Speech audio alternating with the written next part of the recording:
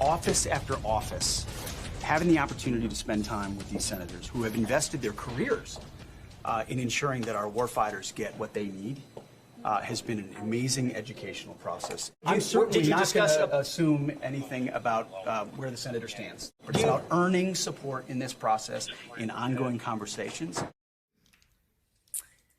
Donald Trump's embattled Pentagon pick, Pete Hegseth, is not going away, and now he's receiving a boost from Trump world. The Wall Street Journal reports that Trump allies are directing a whole lot of pressure against reluctant Republican senators. And now many of them say they're supportive of letting the confirmation process play out next year.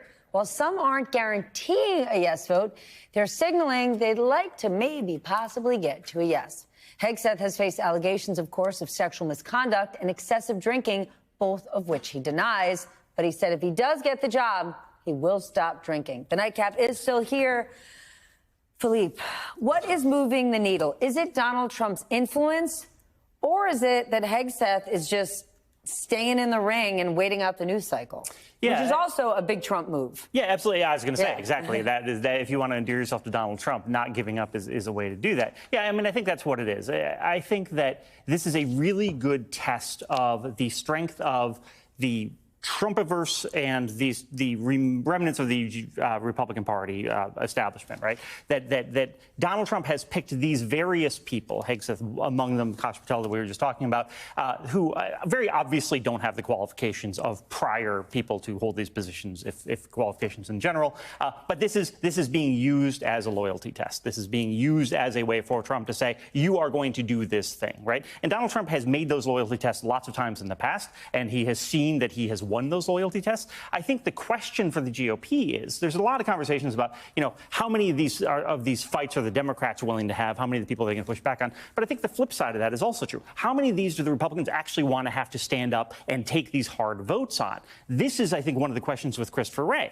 If Christopher Wray had stuck around, that puts more pressure on Republicans to go along with Donald Trump, removing Wray and then replacing him with Patel. It increases the cost to those Republican senators. I think Hegseth is one of these key examples of where there's a very, very high cost. I mean, granted, at the end of the day, there's a cost to not voting for him as well. But there's a cost to this. And Donald Trump can't indefinitely keep putting forward people who he's going to force tough votes over. Or can he?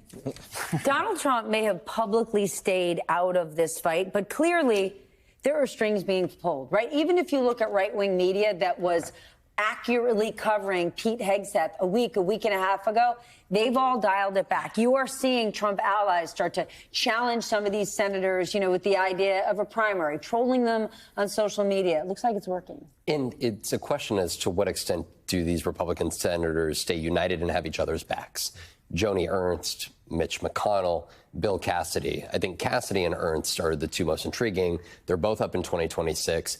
Bill Cassidy is already all but dead to Donald Trump. He voted to convict him in the aftermath of the 2021 January 6th attack. And so for Joni Ernst, I was talking to a source earlier who was familiar with the transition's view on her role in all of this. And this individual told me what Joni Ernst ensured is that she would not be the backup. If Pete Hegseth is to go down, if you are responsible, anybody who is responsible for one of his picks going down, that means that your future as being an ally of Donald Trump is very, very minimal. And I think that is sort of the repercussions to the extent that Republican senators still want to have a voice in the budget or on any of these committees or access to the White House to actually get a word with Donald Trump. If you want relevance over the next 2 years ahead of a potential primary, or let's just make the suggestion that Republican senators are there to actually do the good and represent the people that they were voted to represent and want a word with the White House, don't expect that to come out of stopping Donald Trump's picks. This push for Pete, Donald Trump did not have for Matt Gaetz. Is this push for Pete kind of Donald Trump's signal, senators, boys and girls, time to fall in line? I mean, yes, because Pete Hegseth, for all of his faults, and they are many, is not Matt Gaetz. Matt Gaetz is someone who He's a special one. He's a special boy. Yes. So the fact that Pete Hegseth is staying in where Matt Gaetz fell apart is not that surprising. The fact that, though, they are going to get in line, in theory, behind someone who would be in control of the largest workforce in the federal government, of the largest budget, discretionary budget in the federal government. The organization that I just don't see.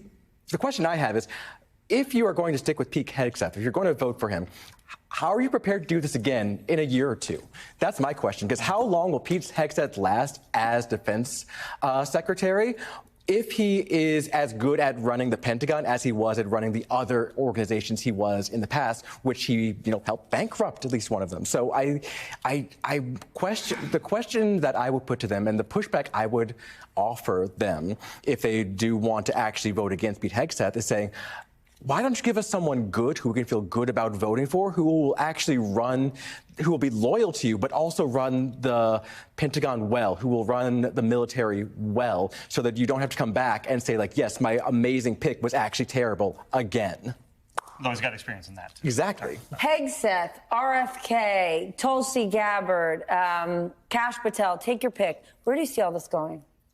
I mean, we've talked a lot about hollowing out institutions. I mean, the Senate's a clear example of one that has been hollowed out, and I do kind of despair over the fact that you can't be kind of free-thinking within that institution because of all of these litmus tests, and we've been talking about this kind of gladiatorial quality of the president-elect looking out on it. But where's it headed? I mean, I look at somebody like Kash Patel or Pete Hegseth or RFK Jr., and I think, what is this individual going to do? We know the ethos. We know what they would like to do in very broad terms, but to both of your points, just about the magnitude of managing an organization like the Defense Department, how is somebody who has no capacity to do that going forward, no experience doing that in the past, going to do anything on day one? And really, the mission, the objective that's being set out for both of these people, Kash Patel and Pete Hegseth, is to eviscerate that institution, to take it apart, to blow it up.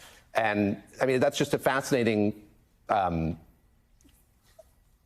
group of orders that you're giving somebody who's going to be leading an institution, is to take it down effectively. But then let's talk about what Donald Trump wants to accomplish in his second term, because he's great at telling the American people all of these big things he's going to accomplish. And sometimes even when he doesn't accomplish them, he tells you he does. But I know you've got sort of a reality check on a lot of pretty big roadblocks he's going to face on things he's saying he's going to do day uno.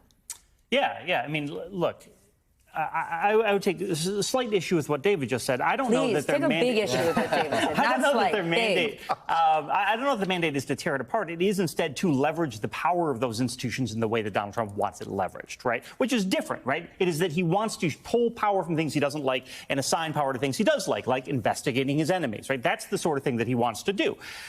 The challenge that he has is and I wrote about this today, he has sort of assumed this idea that he is by default a person who will enter the presidency with autocratic powers, and that is the default position, and that you have to argue against that. And I think that he has somehow not learned, even after 2020, when that's what he tried to do in the wake of the election. He tried to say, actually, I am the leader of this country, and you're not taking that away from me, until all of these various institutions, even at the local level, said, no, that's not how it works, and all these laws kicked into place. And so one of the things that I think we run the risk of doing is assuming that he's going to be able to do all of these things without recognizing that there are a lot of processes. This is a gigantic country of 330 million people, and there are literally millions of people who work for the federal government, and all of them understand what the law is better than Donald Trump, and not to mention Pete Hegseth at all, right? And so while he tries to assume, I get to do these things because I have this giant mandate of winning by slightly more than 1 percentage point, that is not the understanding that a lot of the people who work for the government have.